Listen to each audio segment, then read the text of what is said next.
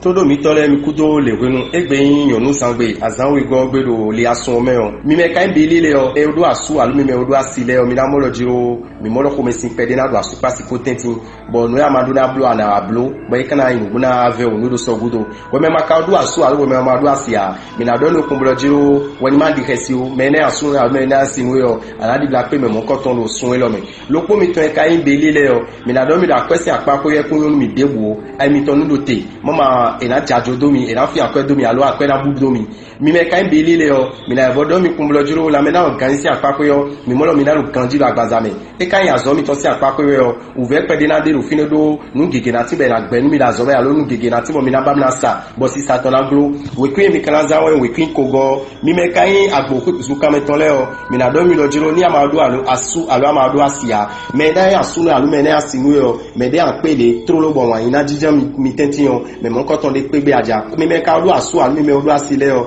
mi na do mi kumbulo jiro uveri gege kunde mi do asu pasi posin apako yo mi kan tun kumbulo jiro akwese apako yo eludi de kumbulo jiro ayi metoni rote gbe ni lewo ti telu mede o mo ka tun lo jiro dagbe tin numero akwese apako mamo e ma yo blo akome sin pede na do egbe no vi mi toyin torole bo torole kana blo dede mama hujizon kana lebo wan khai lopo mi to e kan torole o mi na do mi kumbulo jiro azosin apako yo minima di kesio azotre su ko gbonde budo mini tuno je mi na pe oblayin bibloton lopo mi to e kan torole mi na lo kwi mi na zan e we kwi afotongo mi me we lo bule o mi na do mi kumbulo jiro lopo biblo we binu o nu mo ko to ina ti kon mi bo ko me sin na di blawa asupa si potenti mi me maka do asu alu mi me ma do asia mi na do mi kumbulo jiro egbesi azangbe o mi na di black pe me mo ko ton e kan akwese apako yo mi na do mi kumbulo jiro mi ni tuno jiro akwe ziza mi ton edonado jileme mama mi na za akwe wutu bo kanale a lu yaton lopo mi to e kan jemole o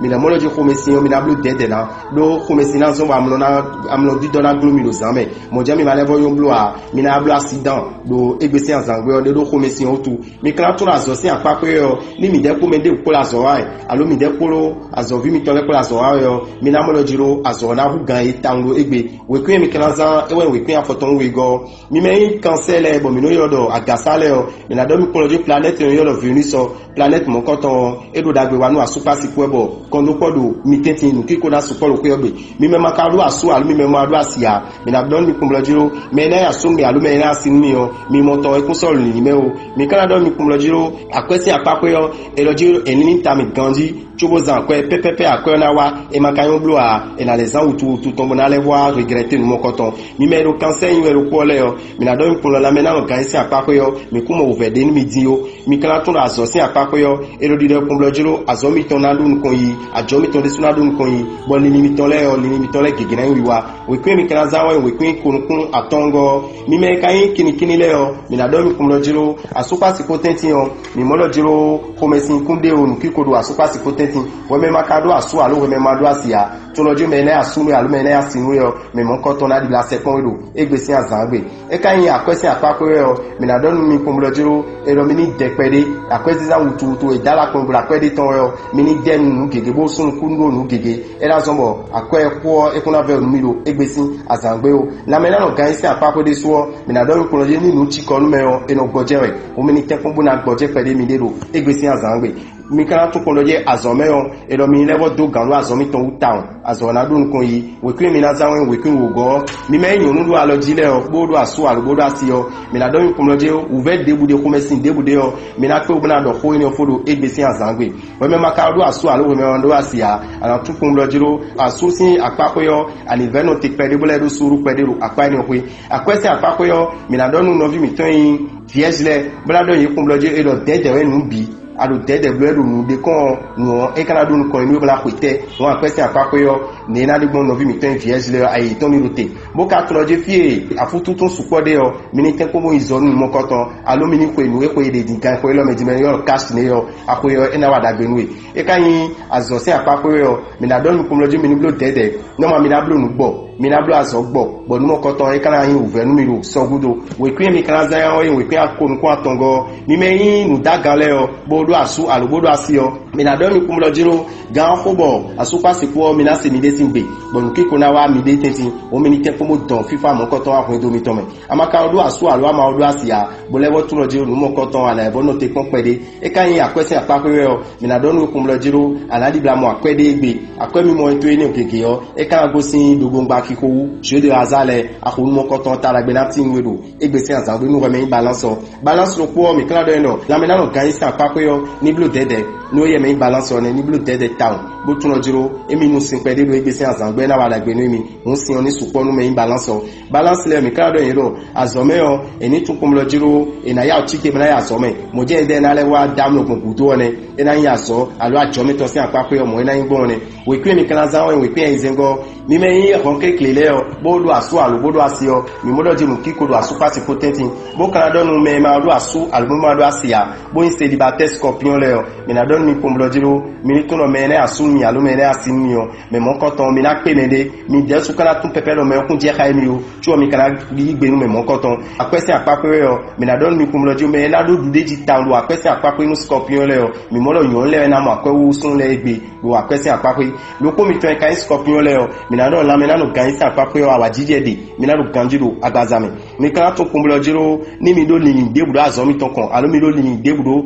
ajomi tonkon nu mo koton ena do nu kon yibo ena pacha me gege we kwen mi kana zanwa we kwen we nego e wa dagbenu no vi mi ton scorpion le mi me in gada to le bu ma do asu album ma do asia mi na do mi kumlo jiro mi kuna do hudo eni oton mi kun kan do do lili eni oton din bo ena do asu di enu bi ba si di en bi ba yo nu mo koton kuna yin nu mo na do ta me ni do egbesi azangbe o ko me ka do asu alo ko me do asio mi mo lo jiro nkan do po do asu pa si potentin e kan ya kwese apapere o ero di energy ni blue dede mama planète yo Neptune planète mon koton eno zombo nu e mai meton eno ibe akwede me bo nu no la me nu e mai nu chonu a e na don ba na be akwede me won ito ni do te nu we me Sagittaire do egbesin azangbe lo ko mi kan don me Sagittaire kumlo jiro ni tulo jiro nu e me lan pedede e o azin pedede o nu mo koton le eduo e na wada gbe ni do agbazame lo ko mi ton kan Sagittaire le o e azosi apapere o mi mo lo jiro azosi apapere o ko me sin pede na de do azoto sin apapere amo ni te modo suru mama era zombo anablu ngbodo egbesin azangbe we kun akana zanwe we kun kun we go mi me iyawe zogbano le o mi na do mi lo mi me ma do asu alu mi me ma do asia nu mo koton wa isi apapẹ mi na di bla mi monto e kan lo dia do asu alo ado asiwe planète yon lo Venus so planète on koton ilo kondo po don la surface potentien e kan yi akwesi apapẹ o mi mo lo jiro egbedin o mi kuna ba mla zan akwedin o mi na ba mla blo economic gege economy ene ka le ma do kakable bo do vel la men de boni levo yin apo mi monu me o eyin la mena organize apapere o mi mo lo jiro mi kuna do ganji de din lo ebe do ko me sin pede na de ro egbe sin azangbe e kan azo sin apapere o mi na don no vi mi to yin Capricorn le kom lo jiro ni edo ni debo edo debo jablo azo sin apapere o nu mo ko ton ila pe o mla bloko awajije po we kwen mi kan zan we kwen afoton kun lo po go mi me yin sin konton le o mi na don mi kom lo jiro we me do aso alo we me do asi o kon do ko la super security mi mama ka do aso alo mi ma do asia bo yin verso le o mi na tu kom lo jiro mi na tu lo me le asumi alo me le asimi o nu mo ko ton mi mo ekun sodo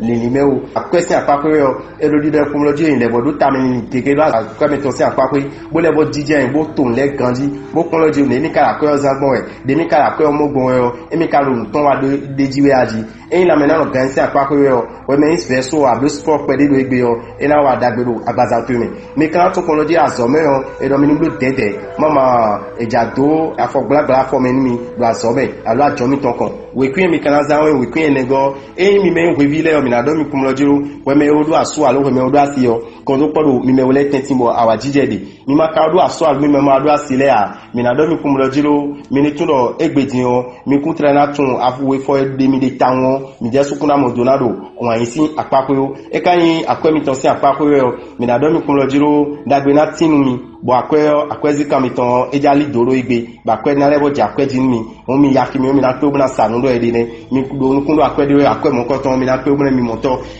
azo si apapere o mi na do no vi mi ton poisson le kumblo jiro nu e ma le an nous e malin a nous koton ena gbomeno azome alo nous e babna bluo nous biblo ton ave nous meno egbesi azangbero azome we kwen mi kalaza we kwen konko atongo mina tunojo egbesi azan nous mi si don mi do horoscope sin akwakoyone dame urabita sin besemide ena chenu